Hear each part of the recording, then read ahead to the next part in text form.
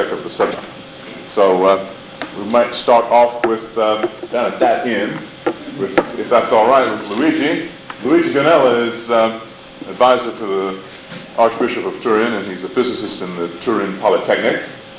So we'll turn over to Luigi. Two things. One is how you got involved in this subject matter of Shroud of Turin, and secondly, what is your own particular interest in the subject? I was drafted into the Shroud of Turin on May 78 because the problem which Bishop of Turin faced was the following. There were scientists who wanted to do research on the Shroud. The Shroud is quite an interesting object. The owner or the custodian, the Bishop of Turin was the custodian of the Shroud. His general idea about this kind of thing, of proposal was the following. Well, there are scientists interested in making the measurement test on the Shroud. This is quite legitimate inquiry. It is right with science. You want to understand better the subject. So let us then do whatever they want to do to test the subject. Only if we wanted to be sure that the people presenting a proposal for testing were bona fide scientists, standing in science, were not amateurs or preference. And second, that the tests would not be harmful to the Shroud itself. Of course, he didn't want to be himself decide who is a scientist and who is not. This is not up to the people to decide. So he asked the Secretary of Polytechnic to indicate that somebody would advise him on this matter and make a sort of supervision. My colleagues got my name, and I received a phone call one day in May of 78 saying, well, there is a bishop looking around for somebody who would supervise this test on the Shroud, and would you care to take this hot potato in your hands? And it was drafted into it. So my job was to decide whether the proposal was made by a scientist in good standing, and whether this proposal was harmful or not, dangerous or not for the physical safety of the system.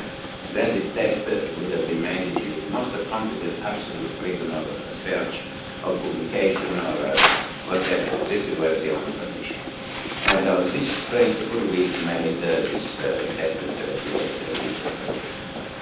My own field, I'm a physicist and engineer, and I'm mostly interested in measurement, serial measurement, and the comparison of measurement. So we work mostly with physical measurement and the measurement in non-physical things like physical measurements, and working on ecology and nuclear power plants and things like that. And I would say my interest in the Shroud is on keeping together the general picture of the whole measurement to be done and understand how they can interact with each other and judge about the measurement value of these several tests.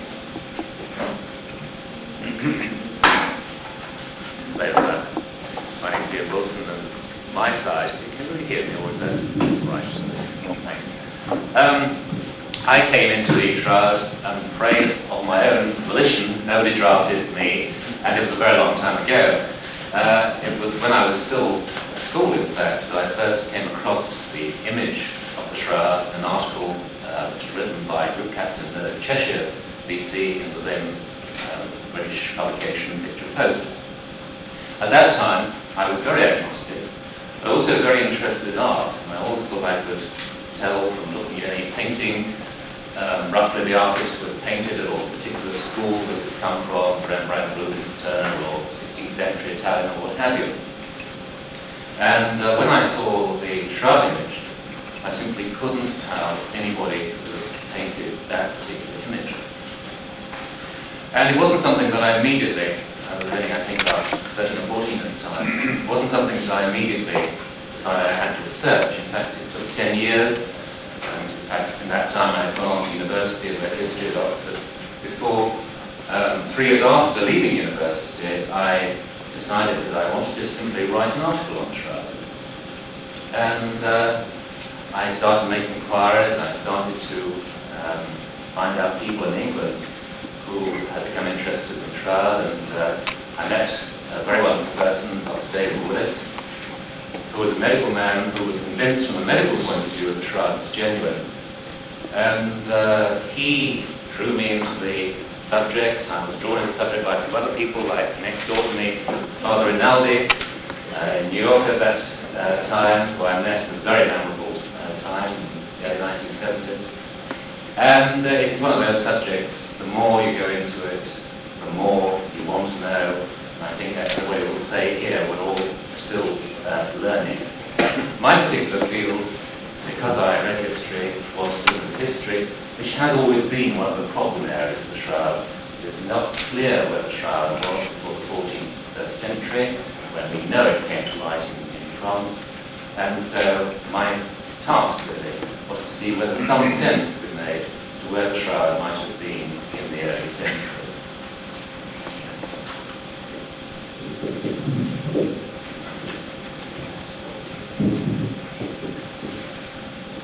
My name is Father Peter. I happen to be joyfully a Salesian of St. John Moscow. And I was literally drafted into the Shroud by the Lord. Because I was just a youthful little Olsen boy in the Cathedral of Turin, when the whole mystery of this marvelous object, relic, was beautifully explained to me by an elderly priest. At that moment, the Shroud became part of me. And as Mr. Wilson just said, I too dared to write an article. I was just a young seminarian. And believe it or not, the article was accepted by a leading national magazine in the United States. It was at the time that I had been sent back from being a very young seminarian in America back to Turin, practically my native town. And as things would have it, in 1933, I am much older than you think, incidentally. In 1933, this marvelous object was once again exposed of public veneration, something that was totally unexpected that year. I came in touch with some of the leading Saint-Donologists, and that included the very first ones, who having studied the Holy Shroud left us a legacy, who continue their work, and about whom I often think. Dr. Vignon, Dr. Barbe, wonderfully never forgotten Secondo Pia, who gave us the first photograph, Henriette, who gave us the marvelous photographs in 1931, and on to a host of wonderful men and women who carried the torch for the over a period of several years. Well, would you know, that article in the national magazine in the United States literally opened the way to the Shroud over there. Of course, things were quiet for much too long.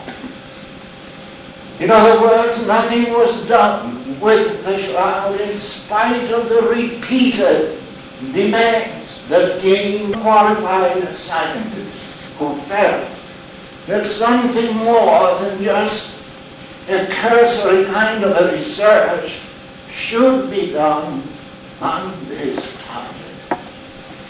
Fortunately, as Dr. Ronella just told us, it all came in place by 1977-78. And at that time, finally, with the finest possible technical equipment available in our modern times, the Shroud was literally subjected to the kind of testing to which no other archaeological object was ever subjected, ever. Of course, you realize that I am not a scientist. I've done my best to push the cause of the Shroud. I have lived to see the most wonderful things I had never expected to see. I shall ever treasure what one of the early syndicologists told us, and I happened to be present, actively saw at that memorable presentation.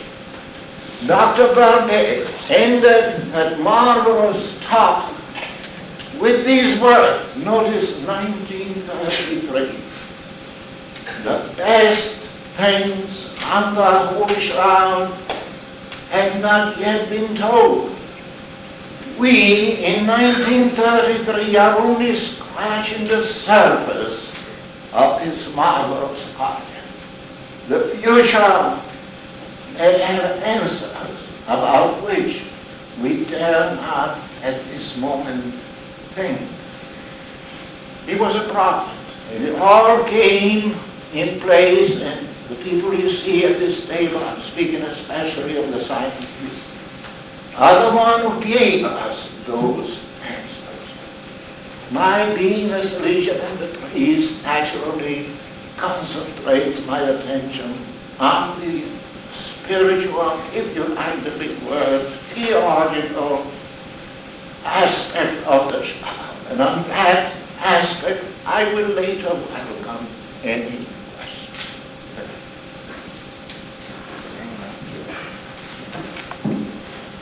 My name is Alan Adler. I got involved in the Shroud work with my good colleague to my left, Dr. John Heller. I could say he threatened me rather than drafted me. It wouldn't be quite true.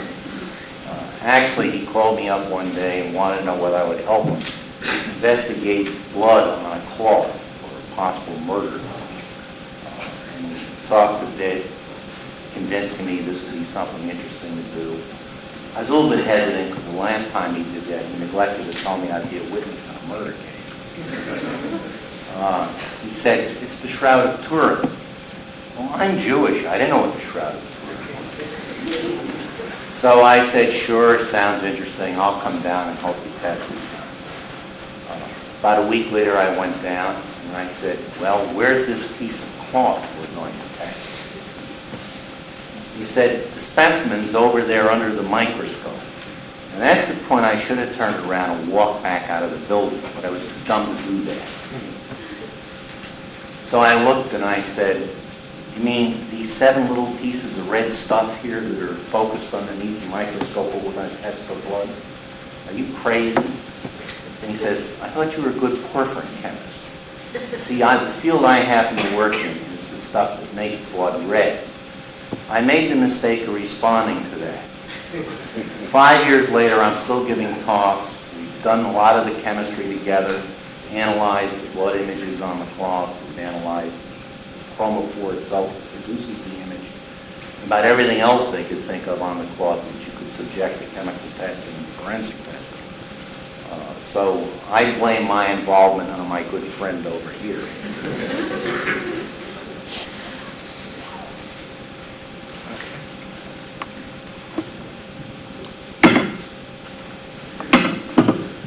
Just very briefly, I got involved in this in a strange sort of way by reading an article in Archaeology magazine. I'd heard of some strange Catholic relic. I'm a Methodist, and some face on a cloth in a church in Italy somewhere. It meant absolutely nothing to me. I didn't read further than that until I saw an article in Archaeology magazine published by a couple of members of the STIRP project, the Shroud of Turin Research Project.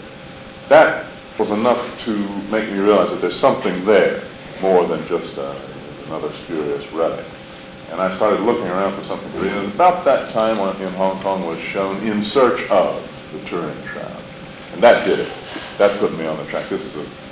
I realized an archaeological object of unique, fascinating proportions. And I then went out to a bookstore to see what they had. The Catholic bookstore had a couple of very thin little pamphlets and Ian Wilson's book. So I owe my involvement partly to Ian Wilson. As I said, introducing him the other day, I took it home and thought I'd read it first, the first few chapters, maybe 1 or 2 chapters that night, and I finished the book at 6 a.m. it's quite a fascinating book about the history of the Shroud. So I was then hooked on it, and my interest from then on has been archaeological. How does one interpret this as an archaeological object? Over to John. My name is John Heller. Whereas I was trained as an MD, I claim to be a biophysicist.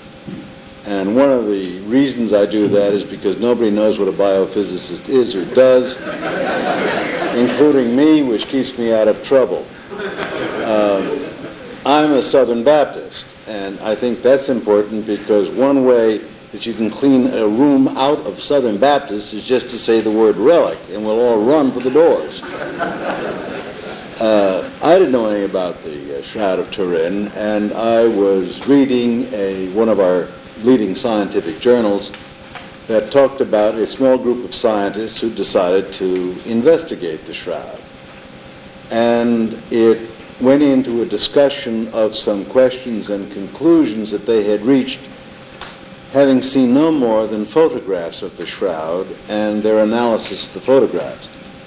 Well, what they had said that they found and saw made a lot of scientific sense, but it didn't make any sense at all in the world of trying to explain the picture of a man on a piece of cloth. It was absolutely absurd, bizarre, and basically scientists are curious people, and if you really want to turn a scientist on, you will hit his bizarre funny bone, and he will want to know the answers to some of the questions. And so I made a few inquiries of certain members of the Shroud team, and the answers which I received were even more peculiar. I didn't know whether this was going to be a Catholic enterprise to justify a relic, in which case I didn't want any part of it at all, or whether this was going to be a real scientific puzzle. So I started to become involved very delicately, very gently, ready to run if anything turned slightly Catholic on me. Oh, it didn't take much more than a few tiny steps before the remarkable and perfectly ununderstandable aspect of this thing had me totally hooked.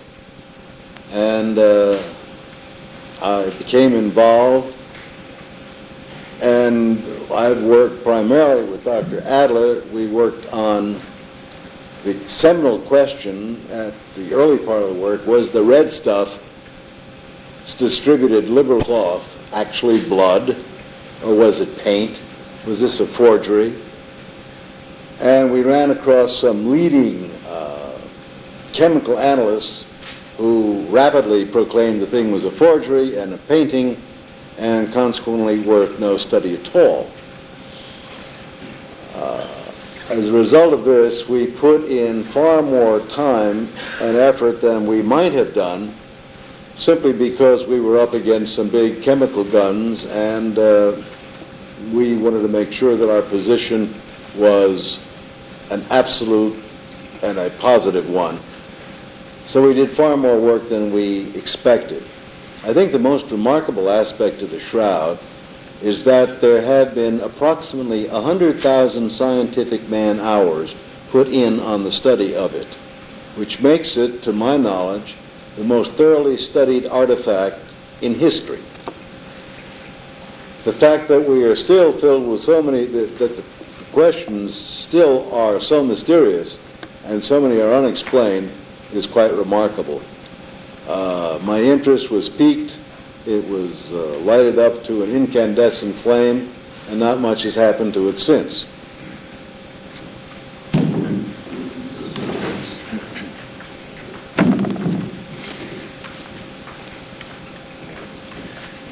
Ladies and gentlemen, my name is Rex Morgan. I live in Australia, although originally I'm English. I'm not a scientist, I'm not a scholar, I'm not a Catholic. I suffer from a chronic disease called syndenology, because once you've caught it, you can never get rid of it. And my first connection with the Shroud of Turin was when I read in a newspaper early in 1978 in Sydney a very small 3-inch item which said that the Shroud of Turin was to be on public exhibition in 1978 for the first time in 46 years. Prior to that, I think if you had asked me what it was, I would probably have given an answer, that's some sort of Catholic relic, along with all the others, and I would have known no more. But something on the day that I read that article made me want to go to Turin and to see this wonder of the world, if that's indeed what it was or is. And to cut a very long story short, that's precisely what I did. I wound up in Turin in August of that year, and as a freelance writer, I was fortunate to get press accreditation on the day before the exposition opened, and of course many of the people at this table were also there. I was able to see the Shroud as an observer for 2 or 3 hours in that cathedral with only 200 or 300 people present, and that in itself is a great privilege, not as great as that of those who've studied the Shroud itself. But that was my first introduction to it, and I then, of course, went off to find something I could read about it in English, and there wasn't very much in English at that time, several books. The principal one, I think most people would agree, was Ian Wilson's, and Ian Wilson's book is still, and I say with deference to the other authors at this table, probably the yardstick book for an introduction to every aspect of the Shroud.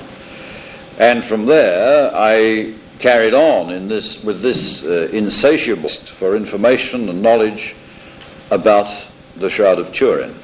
I began lecturing on it very much as a disseminator and not as an expert in any field in Australia, and eventually people would ask, as indeed people are asking at this moment in Hong Kong, where can we buy books about the Shroud? Where are they all? And there were very few, if any, in Australia, and someone said, why don't you write one? So I then did, and wrote Perpetual Miracle, which is now out of print, like so many of them become. And I then subsequently wrote another book, Shroud Guide, which is available, as some of you've realised, here in Hong Kong at the moment. And amongst other things that I started to do was to try to meet with and discuss with as many of the Shroud experts as I could all over the world.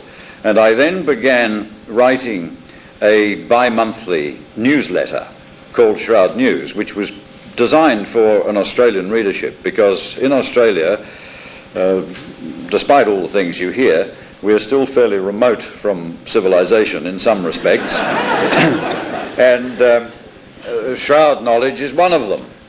And so this newsletter, which does not purport or pretend to be a scientific or scholarly journal of any kind, but simply reports things that are happening, things people have said, new lines of study, whether they're agreed with or not, from all over the world, from the various sources that one builds up. And amongst the many things that I became involved in as a result of that, I was fortunate to be at the opening of the photographic exhibition, which was created by the Brooks Institute of Photography, who provided the photographic input, the photographers, for the STURP team, the international team which did the examination of the Shroud in 78. And at the opening of that wonderful exhibition of photographs, I said to Brooks Institute, we ought to have this in Australia. And so, to cut the story short, after another couple of years, I suppose, of discussion and negotiation, finally I was able to take this. Well, Brooks said to me, well, if you want the exhibition in Australia, you go ahead and organise it and deal with it all.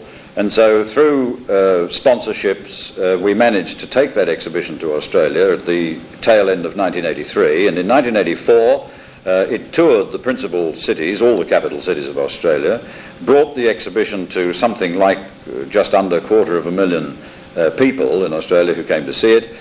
We then took it to New Zealand, to 4 principal cities, and in the course of that time I met Bill Meacham and here in Hong Kong, And Bill said to me, indeed in much the same way as I had said to the Brooks people, we ought to have this exhibition in Hong Kong.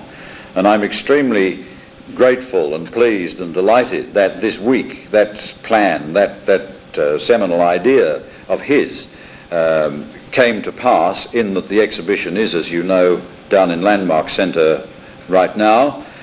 Thousands of people just in these 2 days have already been to see it, and it's providing very great interest here in Hong Kong.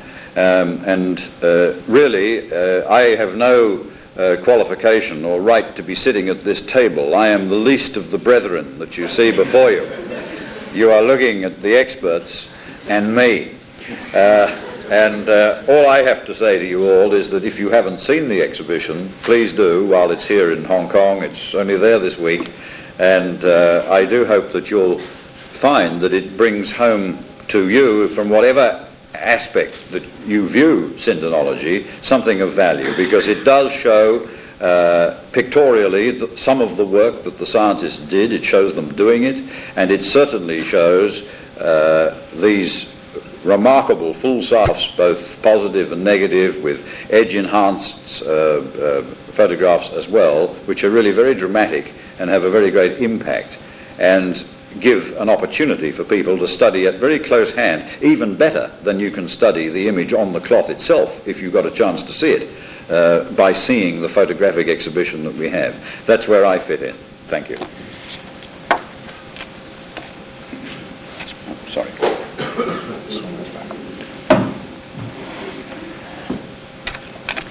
All right, well, then those are the opening remarks, ladies and gentlemen, brothers and sisters. It's now over to you. If you want to ask a question, please come down to the mic there. And you can direct the question to any one of us, or you can just put it up for grabs. And if there are no volunteers, I'll direct the question to someone. All the things that we mentioned on that circular can be discussed. Any aspect of the question you'd like to pursue?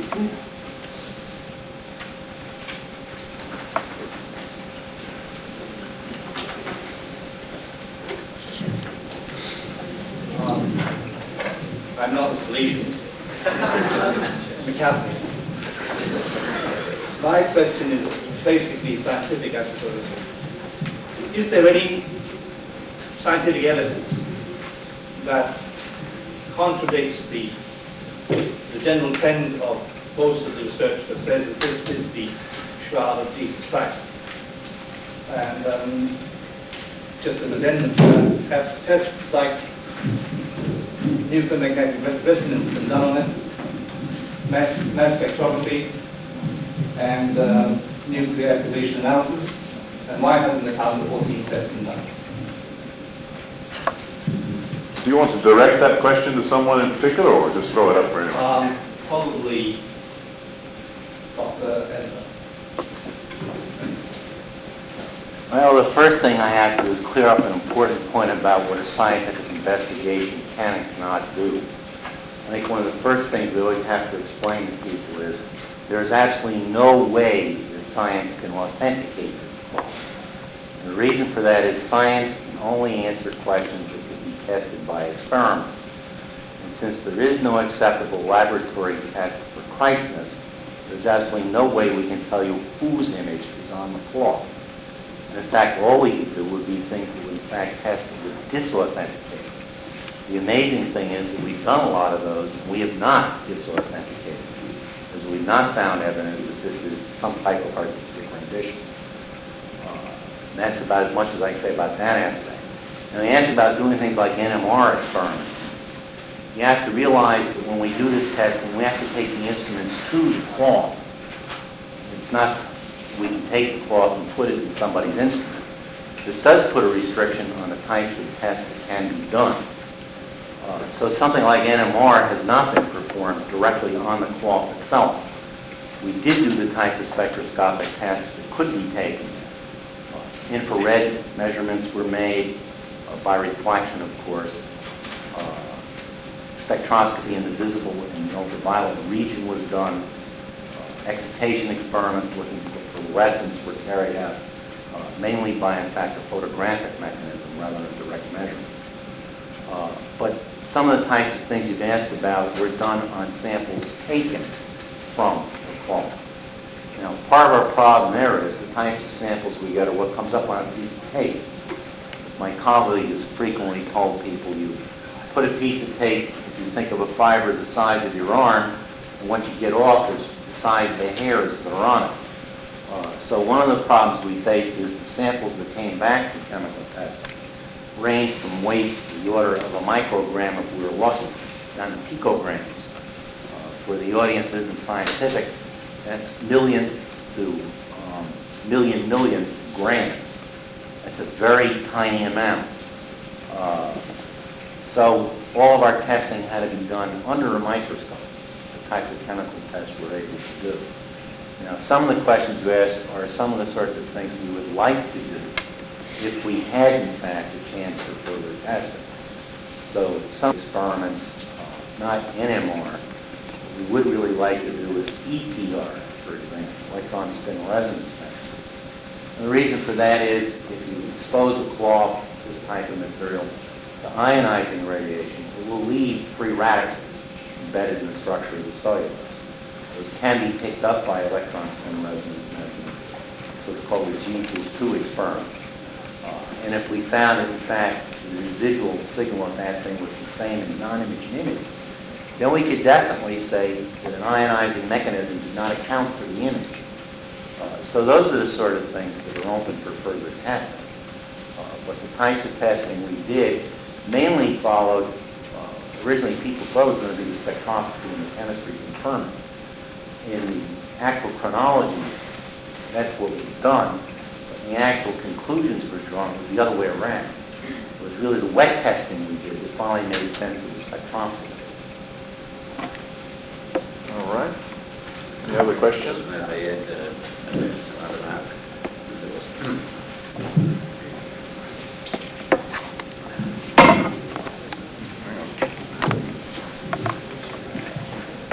System taking the microphone, you'll have to answer the question. Why don't they just hand the hand mic? Each person hand. Why don't they just unhook it? Do it with a hand mic. There are also a couple of opinions where you look at magnetic resonance and user activation. Now, there was the fact that there was from the art of the Shroud, there was no request for any particular kind of text. It was just that the scientists were interested in doing certain tests. Now, we have to appreciate that the fact is that we have to test for an image. We know quite well that this piece of cloth and this spin, and we don't have to check what is spin. We have to understand something how an image got into the cloth. Now, an image is a surface phenomenon. It depends on what happens on the surface. So, every early test was done in order to understand what happened on the surface. And then, from the point of view of the atomic composition, which the resonance and nuclear activation would do, what was done was the X-ray fluorescence. X-ray fluorescence is much more sensitive than nuclear activation. Nuclear activation is used to see the atomic composition in bulk, but we didn't have any need to see what was in bulk. The bulk was carbon, was cellulose. And so we made some X-ray fluorescence at a very low voltage, 50 kilowatt, less than 50 kilowatt excitation in order to show the presence of heavy metals. And that was a very critical test. It was a test which one could see within half an hour measurement whether it was a pigment or not. It was no pigment. Carbon-14 had never been asked up to that year. Many people told about carbon-dated Shroud, but like the people will appreciate there is quite a difference between writing an article in a journal or matter stating that the Shroud should be or ought to be or must have been carbon-dated and made an actual proposal responsible to sign it by some people able to do carbon-14 and able to carry it out and say, I'd like to carbon-14 the Shroud, so please give me this set up a protocol. This actually was done only by historical people last year, and this proposal, which is more than success, is being agreed.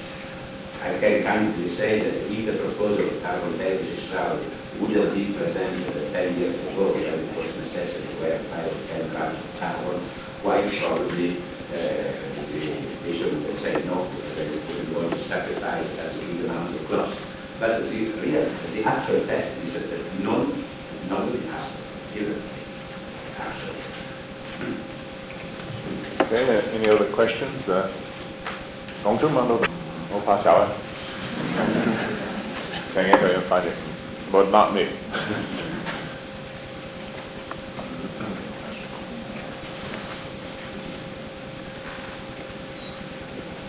How did the image get onto the phone? I think we should call on Dr. Heller to answer that. He's probably the closest to the image chemistry. We don't know. Anyone want to elaborate? I would have said the same thing. That's really the $64 question. The fact of the matter is, we've done all this marvelous work. We can explain a lot of the forensics. We can explain the chemistry. We can explain a lot of the peculiar things about the physics of the image. We don't know how to explain them all at the same time. That's why we want to do more testing.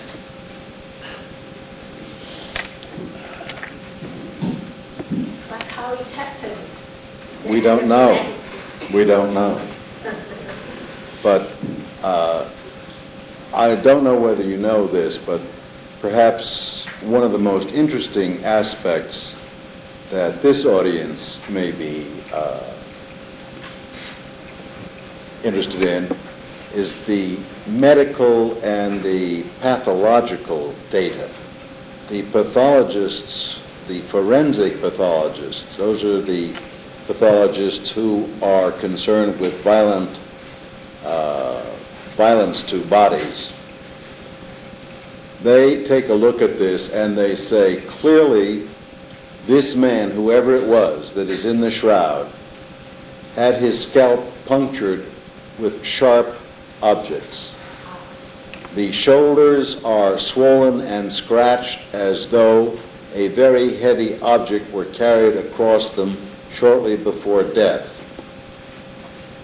The back, all the way down to the ankles, is scourged, as well as the front. The whip used was a Roman flagrum, which has 2 thongs with twisted piece of metal at the end. And you can take a Roman flagrum and find that the thongs will fit perfectly in the scars. The whiplash is bit very deeply and they are all bloody. The nails for crucifixion, incidentally, you may not know it, but you cannot crucify someone by putting a nail through the palm of the hand. The tissue is too weak to support a body. It will tear through and the man will fall off a cross. If you want to crucify somebody properly, if you ever have the opportunity, put the nail through these 2 bones. All right? And this man who was in the shroud was crucified with a nail between those 2 bones.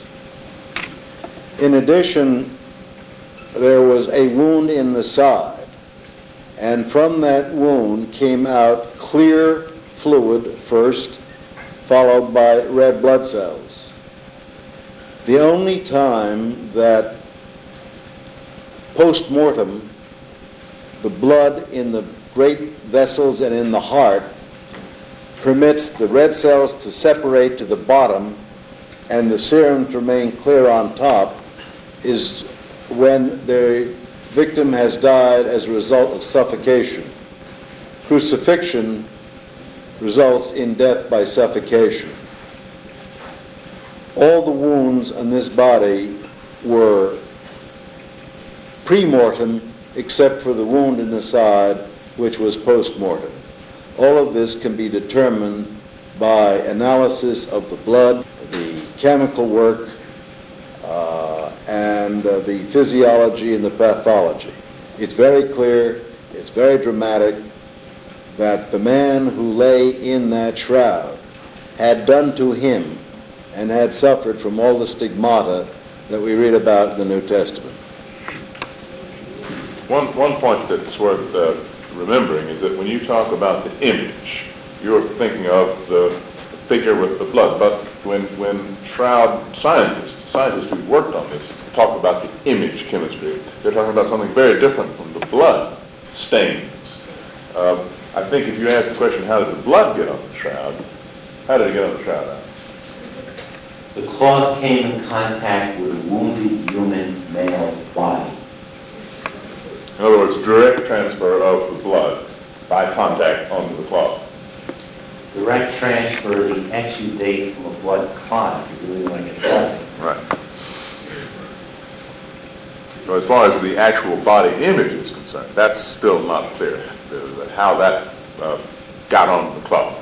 But for the blood, it is by contact.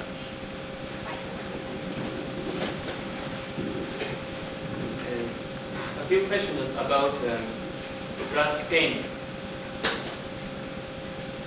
After Jesus' body is taken down from the cross and then taken to the tomb, I suppose his body is not washed according to the narratives in the Gospel. And if that is true, then simply carrying the body would not. Don't you think that it would not smear the blood stain on the body?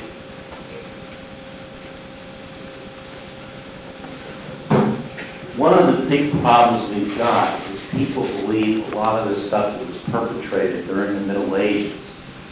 If you go back and you look at the earliest translations of the Bible, it only says Jesus' body was handled according to the traditions of the Hebrews. One of the mistakes we make is assuming that what Jews did in Eastern Europe in the Middle Ages is what they did in medieval times. There have been several people who finally gone back and investigated the mission on this. No man who died a violent death, who was a Jew, handled by Jews, would have had that blood removed from his body. They're particularly fussy about this. It's called life's blood. And in fact, one of the interesting things is you never disturb life's blood for a man who died a violent death. You're not supposed to lose less than a half eggshell of the blood. It's there on the ground. You're supposed to dig it up and bury it with the body. Now, there is a physician who's investigated this in great detail. It turns out, to get the kind of impressions you get, you have to have blood which, in fact, is clotted in a vertical position for at least 10 minutes, has to come in contact with the cloth in less than 2 hours. And only people who have this great respect for not losing and disturbing life's blood could have, in fact, carried out the type of process you've asked about. And so, in fact, this is quite interesting. It is the particular real traditions in the type of chemistry that indicates, in fact, that's what this should be, if it's what is perpetrated. Well, the point that Gillizo had made, the doctor did this with a physician named Gillivoy, that in fact these ancient Hebrews were so fussy that you would not, in fact, have smeared the blood. They would have taken great care to not disturb any of these blood wounds and make sure that they went with the shrouding cloth. Do you think that his body is not washed? Ian? No, it would.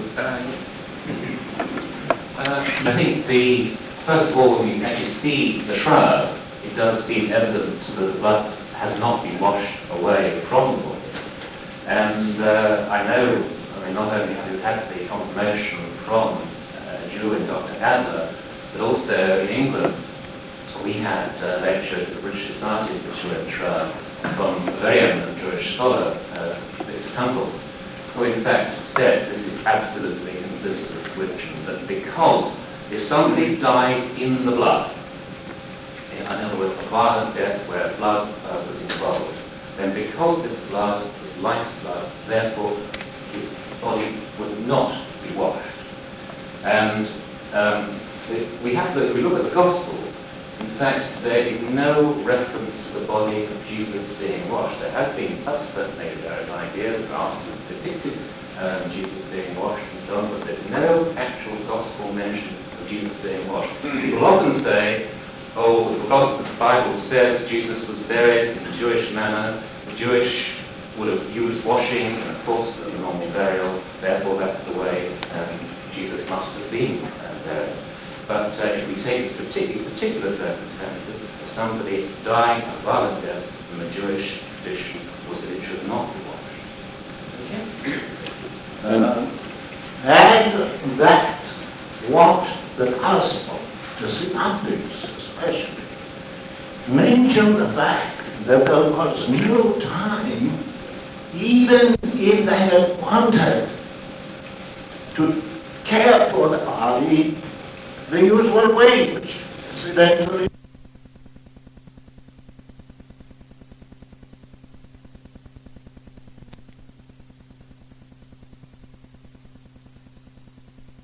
back later to the Holy Gospel tells us to prepare for whatever was to be done to complete the burial on the first day of the week.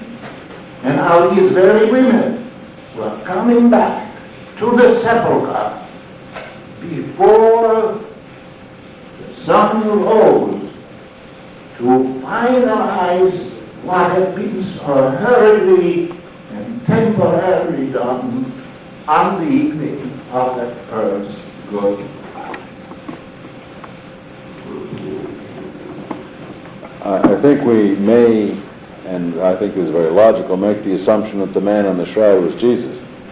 However, whoever was in the shroud, from a medical point of view, his body had not been washed. Otherwise, you would not have the blood on the shroud such as we found it.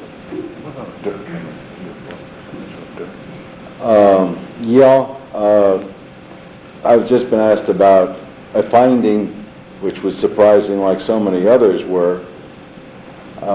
During the spectroscopy of the image in Turin, the spectra that were obtained from the body image were quite consistent until all of a sudden they got down to the foot area, the sole of the foot. And then the spectra was very bizarre. And a couple of other men were called in, and they wheeled out the microscope and took a look. And the reason that the spectra were bizarre is that there was dirt on the sole of the foot. What more logical thing than to find dirt on the sole of the foot of someone who had gone barefoot before he had been crucified? This dirt has not been investigated because nobody anticipated it and they weren't ready for it. If we ever have a chance to go back in again and test it, that will certainly be a priority item. Here is a layman's question. My knowledge comes from detective story. It means if you know the bone structure of a person, you can build up and then, you know the face of the person. So now you know the shroud. Can you reveal the person of the person apart from the height?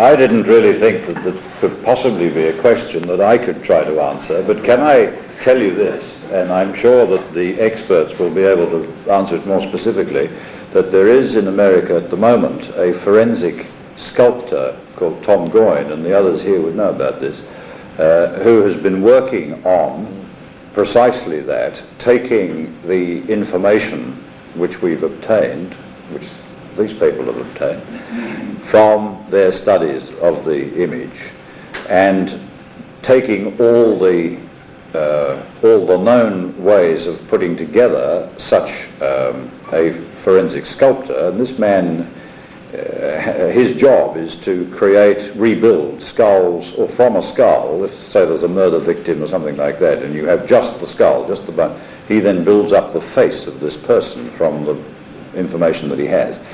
He's just done that with the head of Christ as he interprets it. I'm not afraid to go on record by saying that I don't think it's very good, but I'm not sure what influences that. That's a subjective view of mine. because then one has to start to think about the received likeness of Christ. And here I'm treading on the area in which Ian Wilson is an expert, and there are others as well, because I think one already has a conception of what Christ ought to look like. But this in so many ways ties in with exactly the image that we have on the cloth. And if we can prove, as Ian Wilson has gone a long way towards doing, that the image on the shroud has been there for 2,000 years, it would seem that the received likeness of Christ, which we all instantly recognize, may well have derived through the whole of history from people having seen the image on the cloth. And so therefore one would expect, if one were to build a sculpture of the head, which is the question that you're asking about, from this information, that it would indeed look very much the way we would expect it to look. But there may be some more pertinent medical comment, I'm sure. One aspect that you may not be familiar with, a photograph, as you will all recognize, is flat. There's nothing three-dimensional about it. If you see somebody in the foreground and somebody further back, you know that they're further back because they're littler on the photograph. There is no inherent 3D information in a flat photograph. Now, the shroud is a flat piece of linen, and photographs of that were also flat. And early in the study, one of the scientists went to a laboratory to borrow some filters. And the chap who had the filters asked why he wanted them, and he heard the story about the shroud. And this fellow had in his laboratory a device which is called a VP8. Never mind what it stands for, it doesn't really help much. But it is a device which was designed for NASA in the space program. And when you see the beautiful photographs of Jupiter or Saturn when the rings or the craters of some of the moons of the planets, a camera has not been out there. What's been out there is a device which picks up tiny quanta of light, turns them into an electronic image, which come back as little. These dots then go into a device like the VP8, and out on its screen, which is like a television screen, comes essentially a picture of the craters on a moon or the rings around Saturn. And this comes out 3D. The way the VP8 works is it interprets light as being close and dark as being far. Now, if I took a photograph of anybody here, it's virtually impossible to take a photograph of it without there being some shadows in it. And if I put your photograph in the VP8, let's say if your eyes are a little bit shadowed, it will look as though your eyes are back by your ears someplace. And if your nose is shiny, it'll be way out in front. It'll be highly distorted. So it's ridiculous to put a photograph of a human being in a VP8. You'll get something that will look like a sculpture made out of jello and dropped 8 feet in the concrete floor. 9 feet in the concrete floor. However, for some bizarre reason, the scientists dropped the picture of the shroud into the VP8 and out jumped a 3-dimensional picture of a crucified man. Now, mind you, the photograph is flat, 2D. The shroud is flat, 2D. So you have a 2D photograph of a 2D object, put it in the VP8, and out comes a 3D image of a man, both front and back. So there you see the real dimension. Now, this is absolutely extraordinary. No other photograph of a person on Earth or statue or anything else will give you this kind of a result. We understand the physics of why it happens. We do not know how to reproduce it, which means that if you gave us millions of dollars to try to reproduce the shroud and all the scientific help we wanted, we wouldn't know how to do it. But you do have a 3D image, and in the books, in Ian Wilson's book, in mine and other books, you will see that 3D image of the man in the shroud. And you will be able to see what the man in the shroud looked like in 3D. Sorry, is the base of the veil, of Veronica's veil, does it resemble the other one? That's one for me. That's not it. one I particularly enjoy answering. We have, of course, the tradition, as you say, of Veronica, which is very dear in the Catholic Church. And I should, by the way, say that back in 1972, after having been that rabid agnostic, I became a Roman Catholic. A very literal-minded one, I do think. But, of course, as Catholics, we see the Stations of the Cross and this scene of the woman of Jerusalem rushing out and wiping Jesus' face with her veil, and the face being imprinted on this is one of those stations. But this story does not occur in the Gospels. And so the question is, where do we get the story from? And it's in fact quite a detective story to see how that particular story evolved. It's a very complicated one, because the story as we have it now, this woman rushing out to the streets of Jerusalem and the imprint on her veil, really only dates to about the 12th century or so. It's 12th, 13th century. Comparatively late. However, there is a woman, Veronica, who comes much earlier in the tradition. There is a woman called Veronica, who in fact is a portrait in some of the early stories.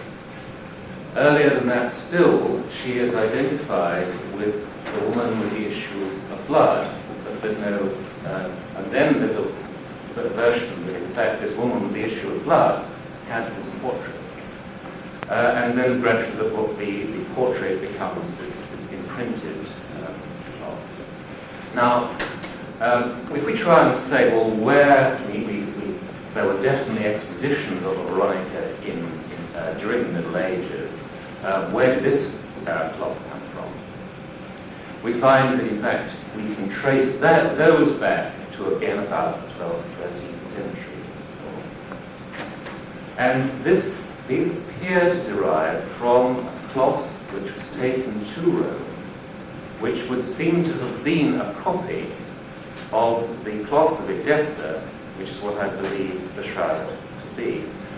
So the roundabout way of saying it is that the problem, and we have no way means of testing this now, because the last time the Veronica was actually examined in a reasonably scientific way was by Monsignor Wilpert, back in about 1907.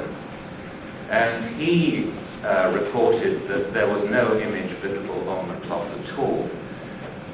And another account also in the 19th century said there was no image on this. But definitely there must have been an image in the Middle Ages, because we have lots of artist representation. What appears to have happened is the Veronica cloth was actually stolen when the troops of Charles V sacked Rome in 1527. And probably, whatever that original cloth was, it disappeared then. And what we have is simply another cloth that is in the Veronica reliquary. It would be nice to be able to sort of give a more positive reading than that, but in fact nobody has, right up to the present time, made any positive study of the Veronica. I did make inquiries with the apostolic delegates in London, this British about the Veronica, and I didn't get a reply. And so I don't think it's necessarily terribly diplomatic to ask about the Veronica, but that I think is the Father Rinaldi, I'm sure, has something else to say on this. I made some efforts, and I did get the reply.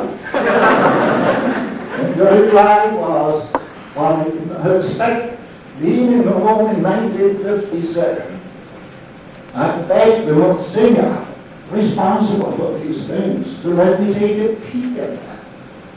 Why do you want to look at that? Because every time I lecture on the Shroud, a question comes up. And I've got to have an answer. He said, well, first of all, no one is allowed to look at it.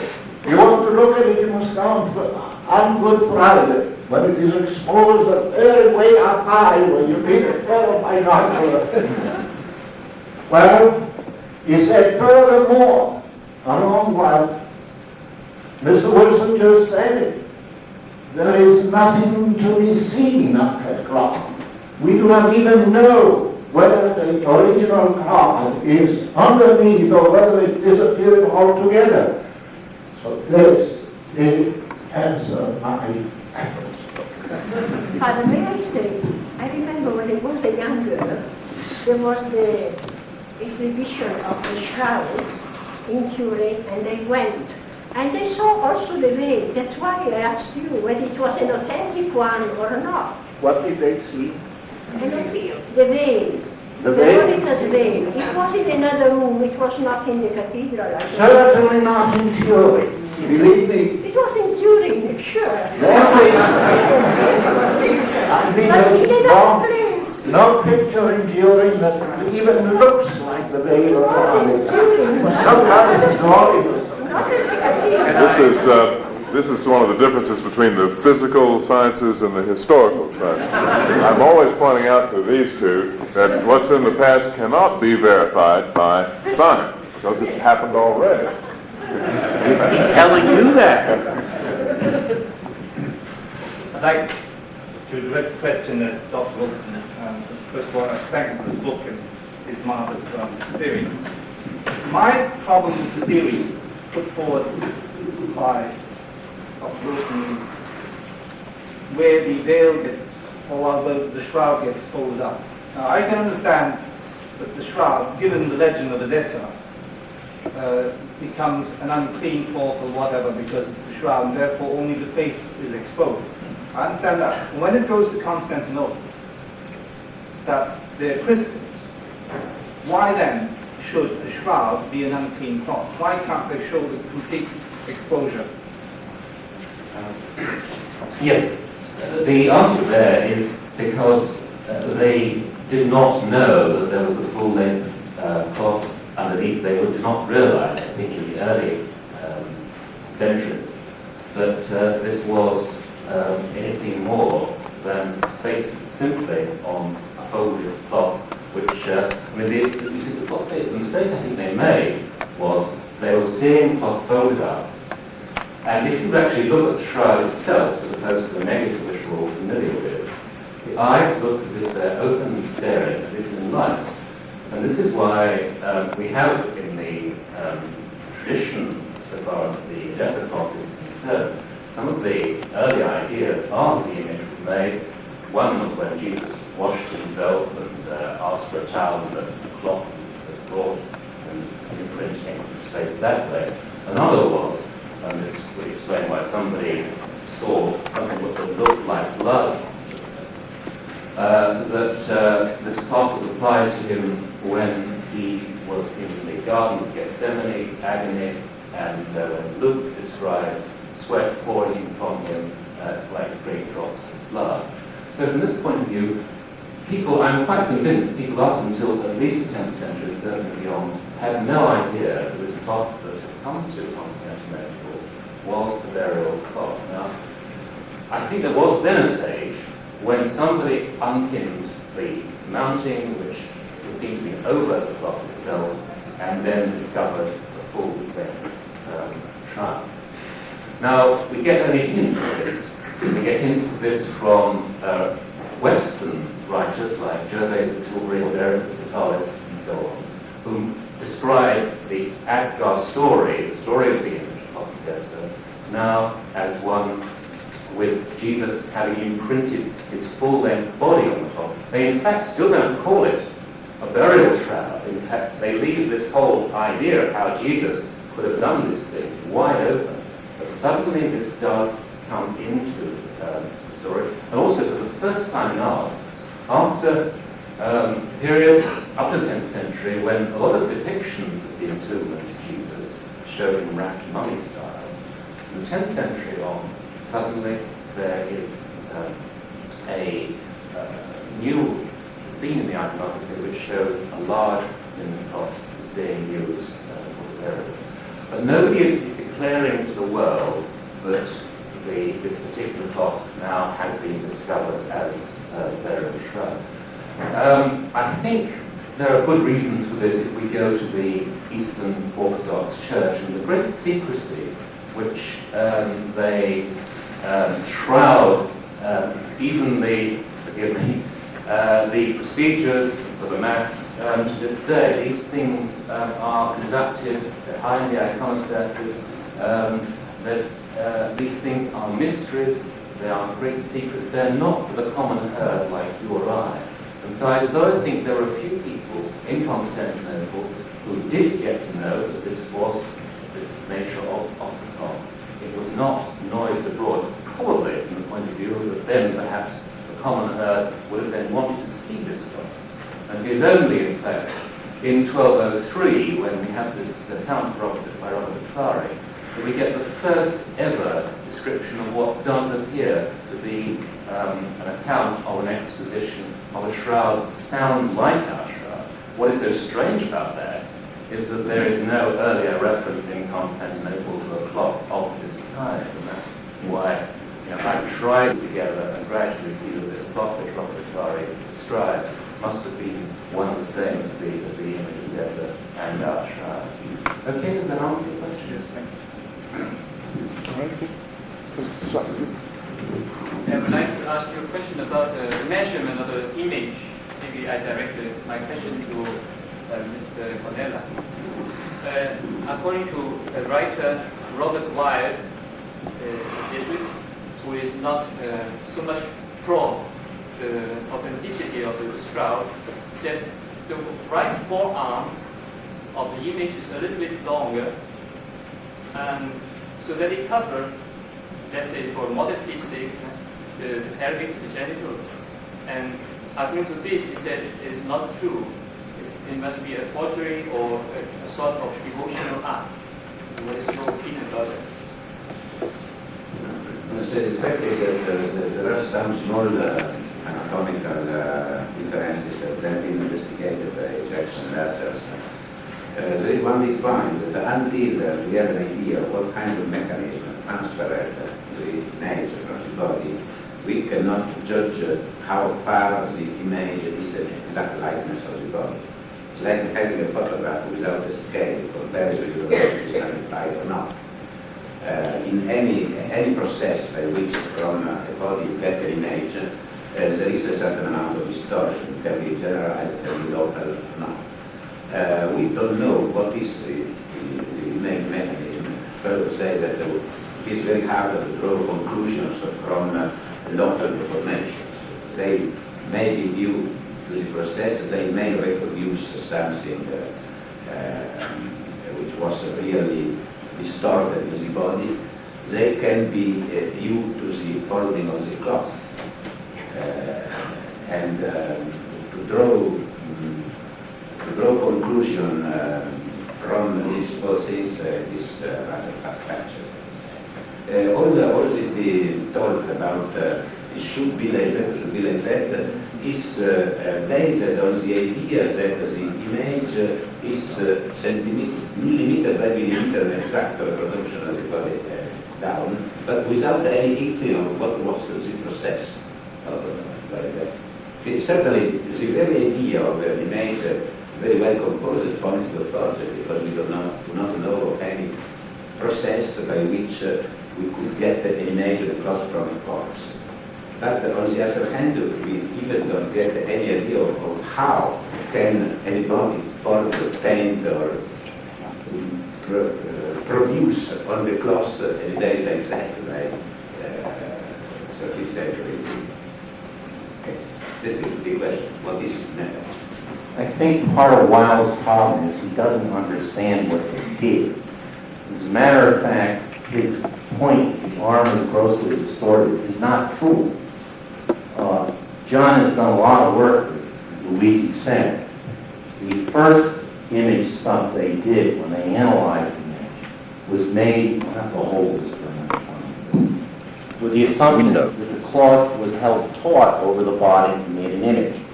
And of course, when you do that, you realize that the cloth was not taut. Some of the body parts are going to look distorted. If and have some type of information transferred to it. What they did was, in fact, to spend a lot of work analyzing the actual body shapes of a hell of a lot of cadets.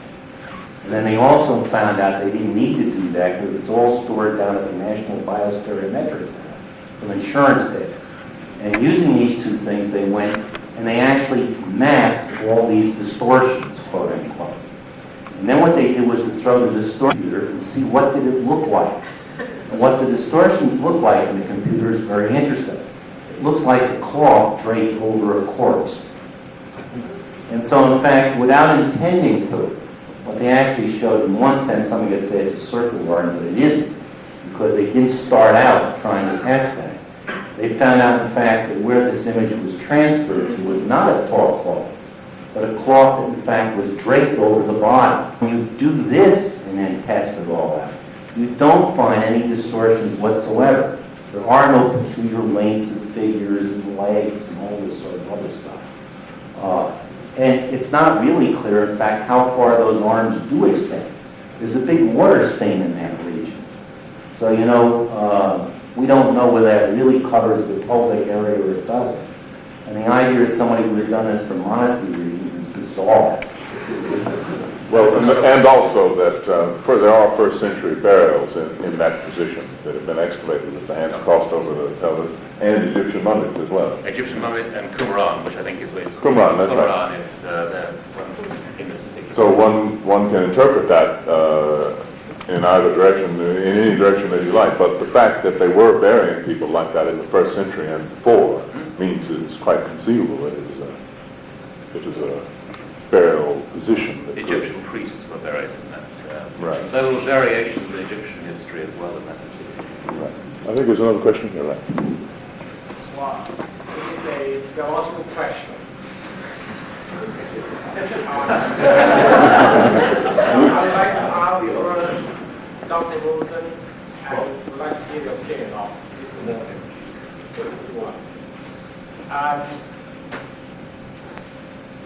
Theologically, does it make sense to use the word miracle to describe the influence of this image, firstly? And second, does it make sense theologically to identify this mystical body with that of Christ? Let me make this point clear. The Church officially has never had any major concern for the Shroud of Turin. I was an older boy, almost 15, and I did not as much as realize that in that cathedral that I saw Mass almost every day, there was a shroud.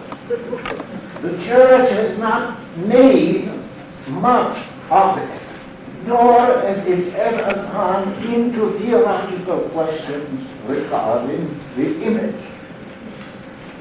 What brought the shroud to the fore was the interest of men like these. They were the ones that actually pressured the Church to move on this mysterious, unexplainable image. Now, to deal correctly with your question would be to probably land in the clouds, meaning to say that we do not have at this point any kind of support from the Church, especially that this is indeed the image of the Lord Jesus. If in an abstract sort of way you would like to meditate on something like this, then you may come out with any number of answers, none of which will probably fit the reality of the object. I have often said to people at the end of my talks who say, why doesn't the Church make more of the shroud? Why doesn't the Pope ever speak about it? Why is it that you, Catholic priests, never taught the greatest thing in the church. Wait a minute, I say. It is not. It is certainly not, nor does the church consider it such. We have far greater things in the church. We have the Bible, the revealed Word of God. We have the sacraments. We have the living assistance of the Holy Spirit. These are things that really matter.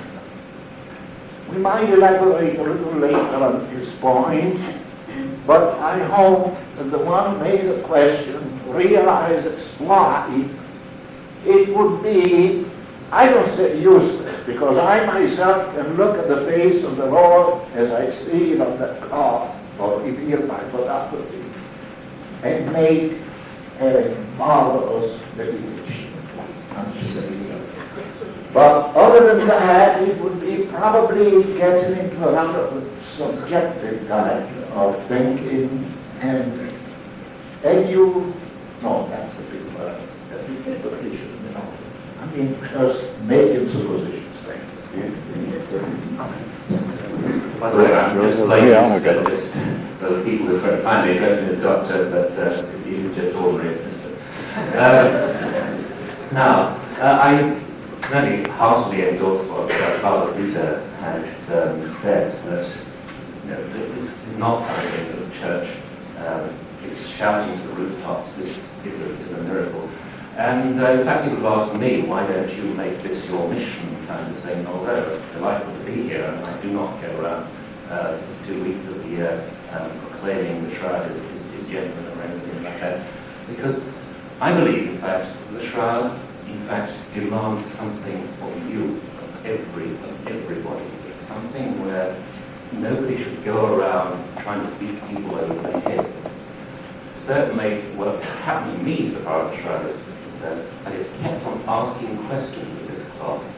And the more I kept on asking questions, the more it became meaningful to me, until eventually I came to that leap of faith, where I believed this really was the authentic burial cloth of Jesus Christ. Now that was a miracle.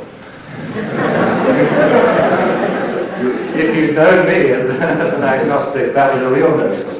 But so far as the Shroud is concerned, let us accept that this is a mystery, and I think it would be entirely wrong for anyone beating everyone around the head and saying this is a miracle. It's just something we really don't understand and may never understand.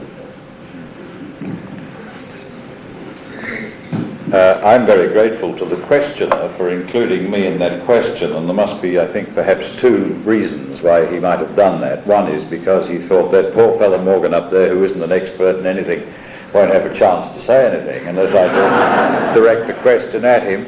And secondly, I think the question concerning the term miracle obviously arose because the title of my first book was Perpetual Miracle. Well, let me say at once that I guess we're only playing with semantics, because I can't define a miracle for you, and each one of us would have his or her own definition. But I suppose I meant in that sense that it is something which goes on, which is why I called it Perpetual Miracle. I'm not sure that I meant to suggest that the image on the cloth was indeed miraculous, although there are many people who would say that it was. Of course, I'm really well qualified to talk about this because we're 4-3 on this table. The Catholics are supposed to know all about miracles, and there are 4 at the table. So, as one of them, I'm pleased that I was asked the question about miracles. But the other question that the way you posed it about does it make sense to identify the image on the cloth with its being the body of Christ, I think I would answer it in a similar way, perhaps, to the 2 previous speakers who answered the question. What does make sense to me is this, that in this modern world, at this time of the 20th century, when so many people in the world, so many nations, societies, so many groups are having so much difficulty communicating with each other, caring for each other, dealing with each other's and their own problems, when we live in a time of very considerable distress amongst human beings, then no matter what else this cloth may be, it is certainly helping to bring people together, to cross international barriers, to cross the barrier, if you like, if there is one, between religion and science, between one religion and another, between one race and another, and all the multitudinous social problems that we see today. And something like this, just the study of it, just the fascination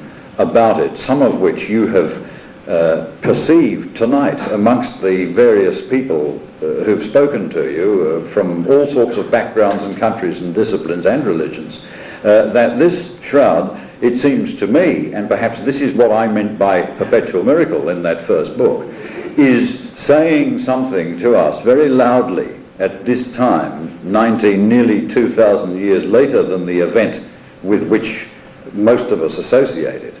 And that seems to me to be one of its most important aspects. Whether or not it's Christ, I can't say, but having seen, I suppose, nearly all the evidence, having read nearly all the books in English that have ever been written about it, and having met a lot of the people who've been involved in the study from whatever aspect, religious, historical, artistic, scientific, pathological, all the rest of it, I am frequently, of course, asked that question whenever, as we all are at this table, when we give a lecture on the Shroud, do you believe it to be the genuine Shroud of Christ? And my answer always is, having looked at all the evidence, knowing what I think I know about it all, what else can it be? I must get in on this question, because what you ask, the second part of your question, is not really theological at all. It is an archaeological question, and this is what I'm constantly pointing out to everyone, that the idea of a miraculous imprint, or however the image got onto the cloth, is a different matter.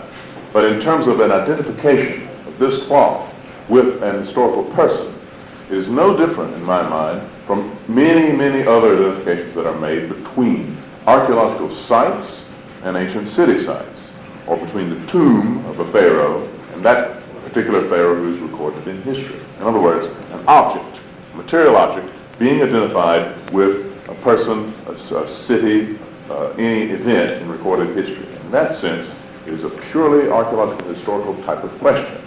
And I wrote a long paper on this in Current Anthropology on the question of authentication in two stages. One is it a real burial cloth of a real corpse, and the imprint of that corpse? Part one, stage one of the authentication. And the second stage is then, if so, who is it? And one then looks at the historical evidence.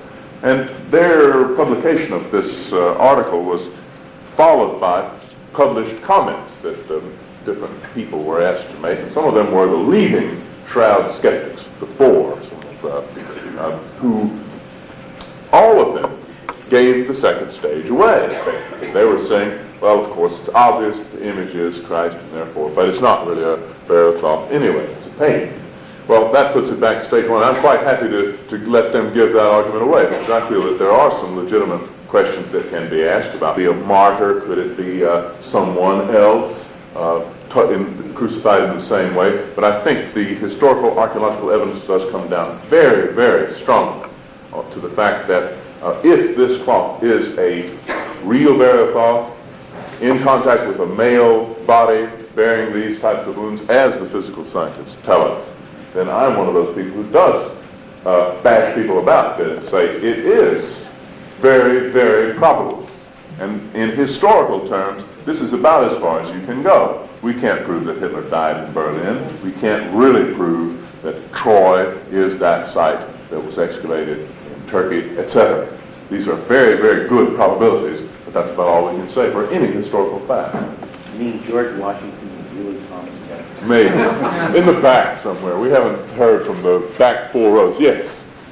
We understand that there are lots of research and experiments done on the history of the Shroud. Was there any, or is it possible to date back the exact date that the Shroud stayed on the dead body? Because it would be very significant, because we know understand that on the third day Jesus rose from the dead, and there is a resurrection. Is it possible to investigate or do some experiments on how long did the cloth, the shroud, actually stay on the body? That's one for you two, actually. We can say from the sort of studies that we did that the cloth had to come in contact with the wounded body within 2 hours to get the correct impression to you. How long it stayed in contact with the body, I'm afraid, is a question we don't have any evidence to answer one way or the other.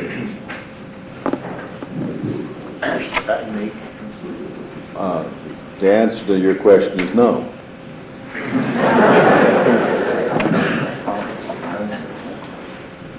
Dr. Bradley, one of the earliest scientists to investigate the Shroud on this very point. Now, I am subjecting this even to our science. He said, if the body of the man of the Shroud had begun to decay, the possibility of anything like an image on it would have been totally out.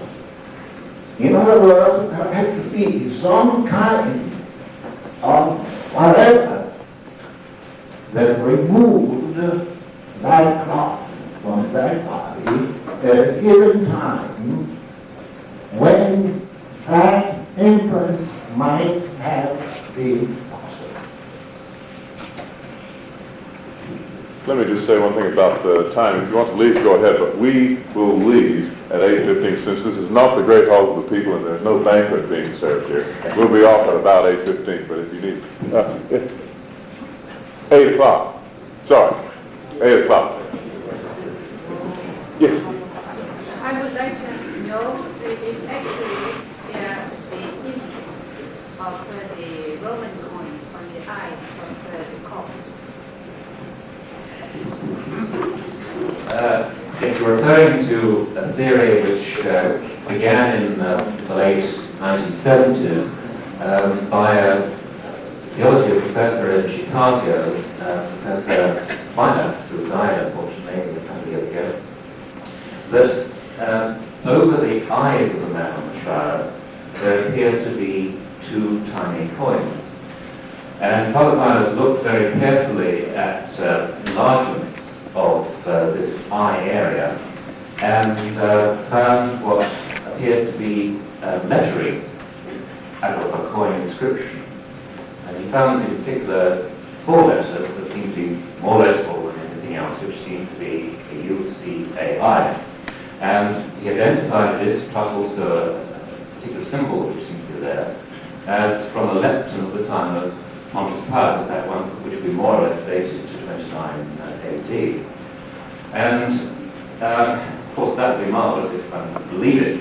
Now, there were immediate problems that Professor Pilate faced because all the known leptons of Pontius Pilate at that time were correctly spelled with a kappa for the Kaiseros, whereas he was seeing, I think in fact you actually see before, there's the part, it does look pretty to see of Kaiseros, which will be a misspelling according to a Greek inscription. However, when a lot of people, including myself, in fact, were being pretty skeptical about this particular discovery, they suddenly started to come to light examples of Pontius Pilate leptons with this particular C misspelling, which nobody had anticipated, and which, I must say, does go quite a long way to supporting Professor Pilate's argument. Now, it is one of those things, I think, which really is a matter of how far you want to believe any one feature of the shroud as being actually there. There is something which we can all see on the shroud. We can all see a face, we can all see a beard, we can all see crossed arms and so on. But there's always a little, if we really try and go a close-up on anything, there then becomes somebody will see this feature, somebody will, they'll be starting to argue. And it's a bit like when we can look into a piece of patterned carpet and see faces on it.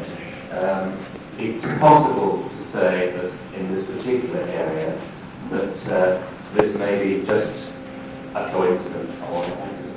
It's it's very difficult to understand how coins would be imprinted on the top as well. So I have to say that although that I am sceptical about it, I would certainly not wish to sort of say this is wholly ripped apart the Shroud and it is concerned at all. But it is an interesting idea, but not something that I think one could say is readily acceptable. Question back there, Nick. I'd like to address myself to you, Dr. Dietrich. Mr. Just plain Mr. I've never thought of the Shroud as an archaeological artifact before, but since you mentioned it, it sounds very interesting. Could you give us what, in your opinion, would be the more intriguing aspects of the Shroud as an archaeological artifact? Well, obviously the most important is the image on it. The fact that there were other shrouds around as relics that didn't have an image and that got laid aside, put aside. The fact that this image is on the cloth makes it a unique, as Father Rinaldi has called it, a unicum, in the sense that where is there another such object? There have been burial cloths excavated from burials in dry climates where they survived, in Sudan, for example, and the Sinai, but in other areas, but nothing with an image. So the image is the most unique and fascinating part of this object. And the immediate explanation that presents itself is, not only is it an image that makes reasonable sense, it is almost a perfect image, and therefore it must be a work of art, it must be a painting. So this is the way that it has been, the discussion has gone about this archaeological object. Because it has an image on it, it must be a creative image. It must be focused that it couldn't really be a body imprint. The fact that it now seems almost certain to be a body imprint makes it a unique archaeological object. That, coupled with the fact that it does seem to me to be quite probably the burial cloth of Jesus Christ, then makes it a completely and totally unique and the most instructive object possibly in all archaeology, in terms of information that can be got from a single object about important events of the past. And that's what archaeology is all about. So we learn not only what Christ looked like, if it's authentic, and I believe it is. We learn about the details of the crucifixion, and Dr. Barbet's book that Father Rinaldi mentioned is a magnificent study of the torture and the suffering that this individual went through. We learn about where the cloth might have been from the pollen that is collected off it. Well, I hope soon we will learn about the carbon-14 age of the cloth, and I use that term very carefully, because this is the way archaeologists talk about carbon-14 date. They don't say it's so many years old. Its carbon-14 age is 3,000 years or 5,000 years, and that needs to be calibrated and taken with a good grain of salt. So there are many archaeological features involved in the study, archaeological techniques involved in the study of the relic, and also the kind of information that it gives is quite astounding.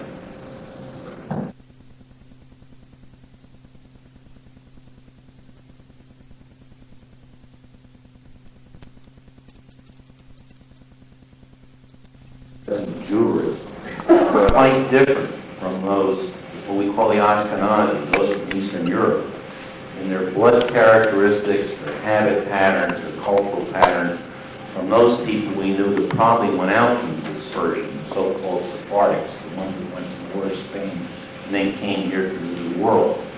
When you stand a pair of these Jews side by side, they're almost completely non-identical. Now, very recently, a writer by the name of Kessler has examined this problem. And he pointed out that people don't realize we had a Holocaust during medieval times, just like the recent Hitler regime. There were many pogroms during the Crusades. And so he says, where did all these Jews come from? And his theory is that these were descendants of the Khazars. In the 7th and 8th century, this king of the Khazars decided to become Jewish. He was a people Jewish. Some people dispute this. And they stayed Jewish till about the 12th century, when the invading, Tatar tribes, Mongolians, started driving these people in Eastern Europe. And so it's, but I'm talking about the same problem. Okay. So it takes a little time to get there. Now, we know that Eastern European Jews do this. They bury people, with coins on the eyes, with pot shards, this sort of thing. But there's no evidence that this is an ancient Hebrew custom. There has been, the one burial that's been investigated where they found a coin at the back of the skulls, put on the eye, fell through. But as I always point to people, this is one of the problems we have in understanding the crucifixion problem. Let me just give you this little story. People want to know, is this crucifixion the way the Roman legionaries did it? You must understand they did a lot of crucifixions in those days. Those legionaries certainly knew how to do a crucifixion. And if you go and try and look at books, how did they do it? What did they do? What were the mechanics?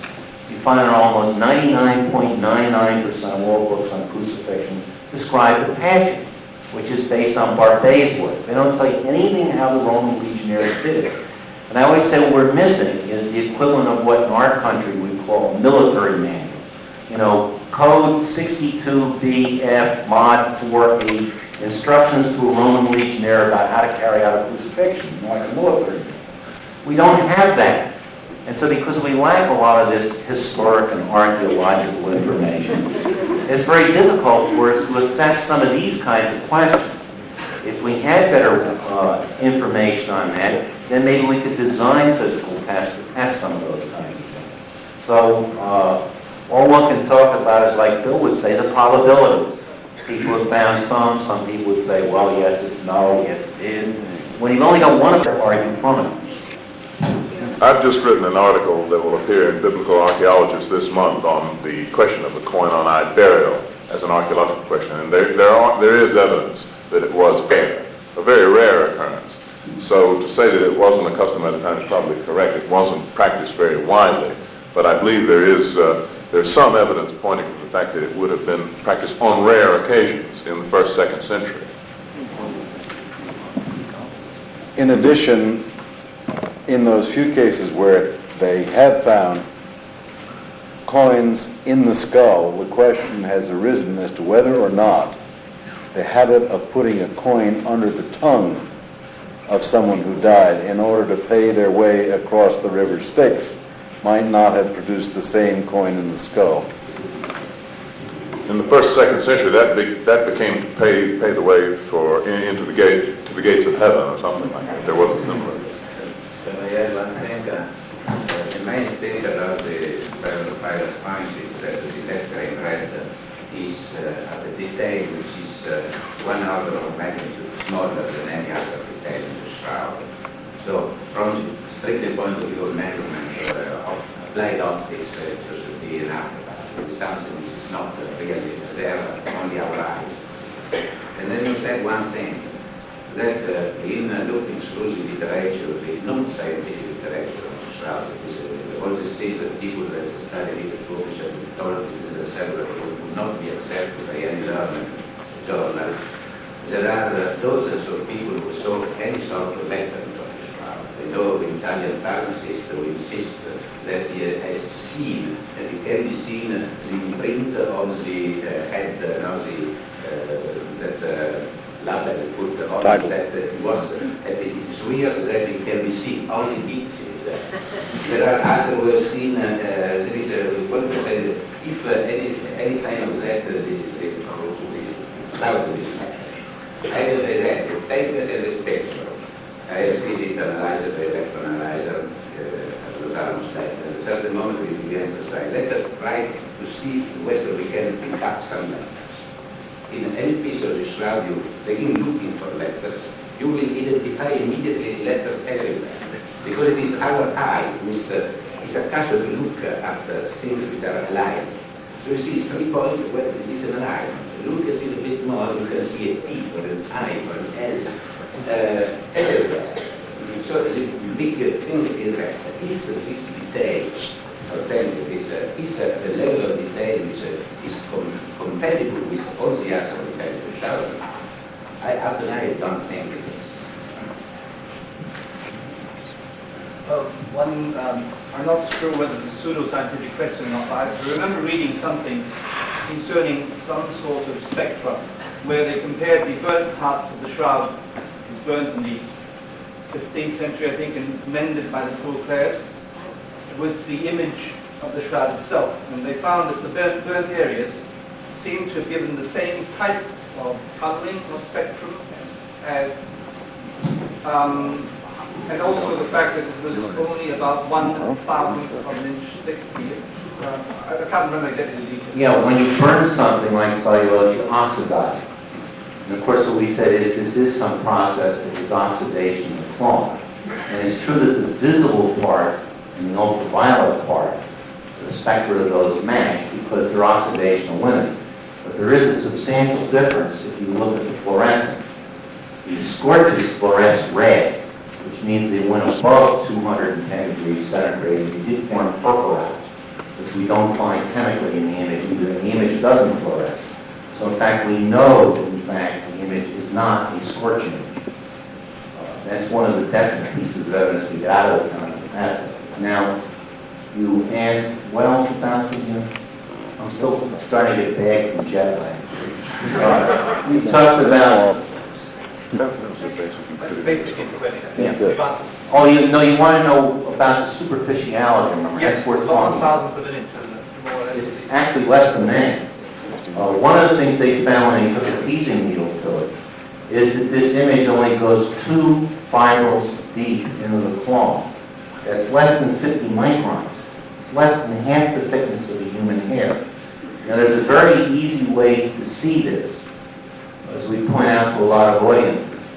If you show a reflection picture of the shroud, when you're looking at the front image with light from the front, you can see that the image is about the same intensity as some of the blood marks in the water stain. But if you look at a transmission image of the shroud, the light is now coming through the bag. You suddenly see, you can still see the water stains. You can still see the blood marks. You can see the scorches, but the image disappears. And the reason the image disappears is because those 2 sets of discolored fibrils are only about 1/10,000th the thickness of the 2 cloths you've got there. And so it contributes almost nothing to the transmission, essentially, information. And so this is a very simple test of the eye, that the image is superficial. It literally lies on the surface of the lead of the crowns of the cloth. That's what's so hard to believe that somebody's ever hinted something. What sort of temperature would have made that image? Very short. Would have made the image we see? Yeah. Well, you're now asking a different kind of question. We know that it wasn't a high temperature oxidation. The cloth itself will oxidize right here at room temperature. And in fact, one of the standard ways of trying to look at this is we could say some process caused this cloth to accelerate its aging selectively in the areas of the image. You see, because when a piece of linen just sits here at room temperature, exposed to room light, room moisture, and the rest of it, it will turn yellow. Ask any housewife who's in the audience. You don't clean your linen. And in fact, things like that will catalyze. And so people have talked about a catalytic mechanism for this. That would be very nice to explain in chemistry. We've had some people work very, very hard at that. And you get the right chemistry, but you can't get the right optics. You don't get the proper VPA image. So these are the kinds of problems. And in fact, as Sam Calacoria said, it was first suggested was catalyzed accelerated aging technique. For all we know, this cloth may have sat 500 years before the image appeared. From the viewpoint of what we do, there's no way of answering that kind of question at this point until we do understand the mechanism. One quick comment on that. Could I just go back to the previous question, just for a quickie, and comment on Luigi's, Professor Ganella's answer about the coins? Remember that the shroud itself came to light, came under notice in Europe right at the time when relicism was big business. And because of that, partly it can be attributed the sort of skepticism about the shroud as being one of the numerous relics or copies or other things that were kicking around in that area. And that very historical timing has done a lot of harm, I think, to the fair study of what the Shroud may all be about. And I couldn't help thinking, as Professor Ganella was answering the question about people seeing things today within the image, such as Philus's coins and all the other things, that there is that same danger again. Now that the Shroud image and its enhancements and so on are available to all of us to look at, there is, of course, that the view could be taken that an awful lot of crackpots are getting onto the bandwagon and seeing all kinds of non-existent things in the Shroud. And there is no doubt about that. But that in itself will do a disservice if we don't examine all of them, and no matter how way up they may be. And I, as a purely lay observer, I'm inclined to think that Philus's coins are there, but that's just one more opinion. Was there a question in the back? Someone? Any other? We have time for one or two more, I think. Yes? Can I ask the panel to speculate? I appreciate you're all talking from the scientific, what can be proved. But can you speculate as to what caused the image? You were saying earlier that that is the mystery. But assuming that it is the shroud, the burial shroud of the resurrected body of Jesus, we are talking about the physical side of the spiritual, or what is left behind materially. We're talking about some kind of breakdown of going through matter, the electrons neither being nor not being. Well, if I could break that question into two parts, right? The first part is, okay, you're saying, how might the image have gotten there? Okay, that's a speculative question. And the second part is that could there be some paranormal, abnormal, supernatural processes involved? Because I myself think that it is a natural process involved in the creation of the image. But so the second point that you make, well, it is possible, but let's see what the others say. You want to have a go at that, John? The team has speculated on every conceivable mechanism that we can think of, physical, chemical, biological, what have you. Not only have we done it, but we have lectured in universities. We've talked to our colleagues in universities. We've lectured in universities and the scientific societies. We've asked all of our colleagues, if you've got any idea, no matter how wild, it's better than nothing. And we have tried virtually every hypothesis, no matter how wild. And as Dr. Adler pointed out, if we only had the chemical data, we could come up with a pretty good idea. However, the physical data obviates it.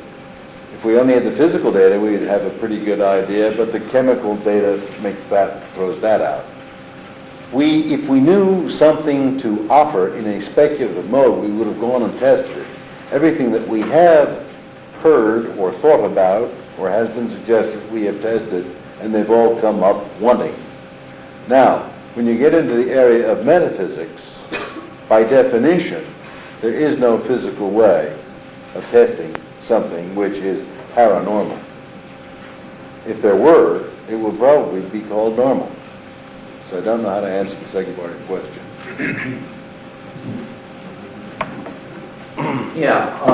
I think some things have to be said. You know, you can consider the kind of question you've asked, but a scientist can't answer that because he can't test it. But one can take a different kind of attitude out there. As I frequently tell audiences, we haven't proven it's a forgery, so you're free to believe what you want. You believe it's proof of the resurrection, proof of extraterrestrials, proof of, ESP phenomena. You also have to recognize we'd like to do more testing. I think the answer Bill gave is a good one.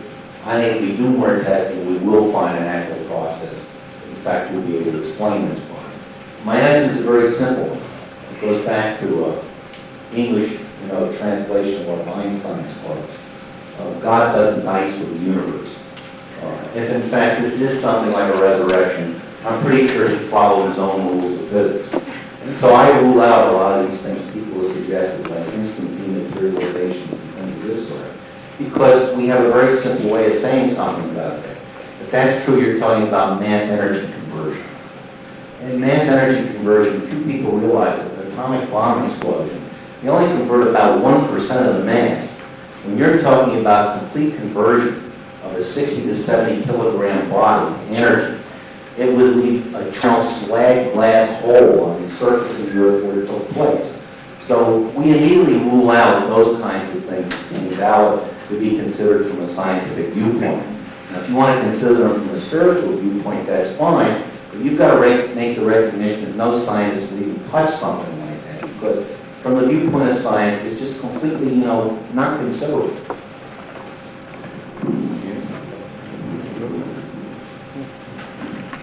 No, I could go on with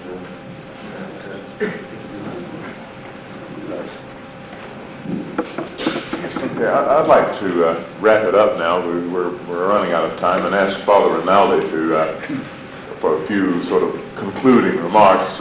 Just by way of introduction, he introduced himself the other day as someone who knew almost all of the great Shroud researchers in the 20th century, and that is very true. And he said that finally it has been said of him that he's the grand old man of Shroud studies, and that is also true. And he's a marvelous diplomat, and he weaves in and out of scientific, religious, art, historical, archaeology, every single level at which the Shroud is addressed. So he's the perfect one to wrap up this discussion this evening. Don't wonder how it was, knowing that the church's stand on the Shroud is what it is. But now you say this. It is not so much what the Shroud is that matters.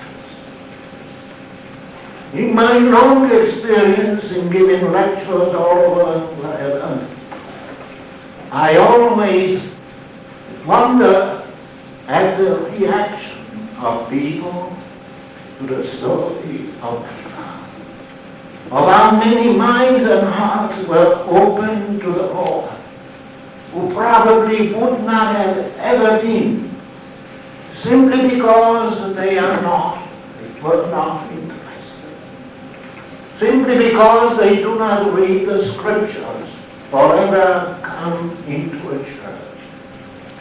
And yet my own experience bears out this fact, that through the medium of this Shroud, people have suddenly awakened to the reality of Christ, who lived, who suffered, who died, who rose in a most incredible way.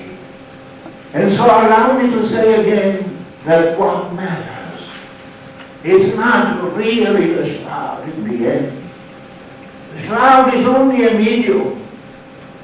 The Archbishop of Turin said repeatedly, I never talk about our cloth as being a relic of Christ. I only speak of it as being a sign, an inexpressibly marvelous image of the Lord, a graphic version of all that we read in the Gospels about his sufferings and his death.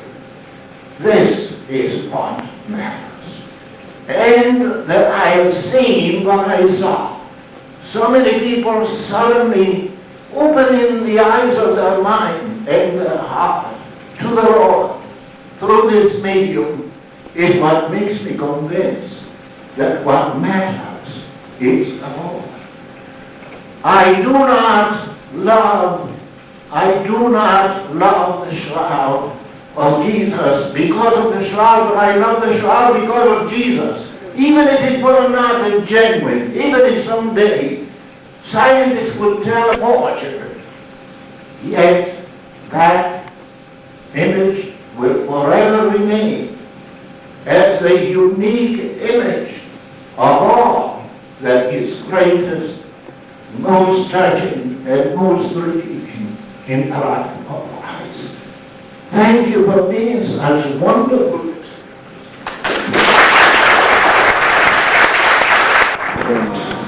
Hi, Dave. This is Ganella's lecture of the Hong Kong.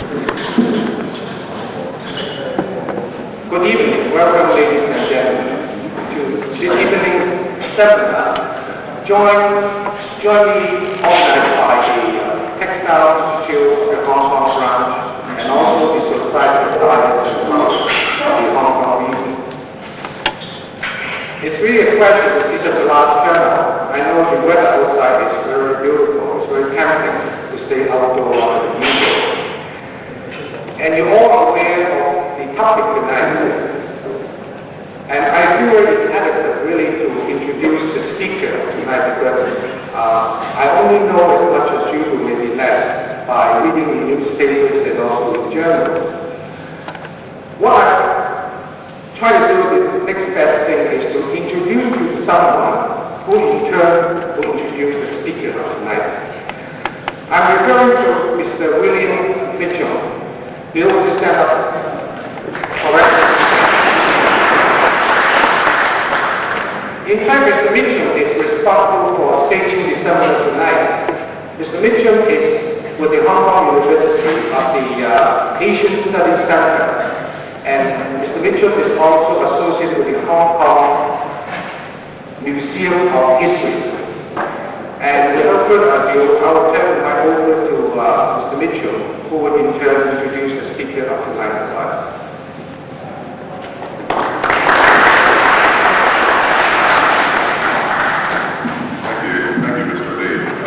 My role in all this is one of organizers to bring together in Hong Kong some of the world's foremost authorities on this very famous piece of cloth, probably the most important piece of cloth in the world. And I thought it would be a good opportunity to, at the time that this exhibition came, which I and Mr. Rex Morgan in Australia were able to arrange to bring to Hong Kong, we had the idea to bring one or two speakers, and that grew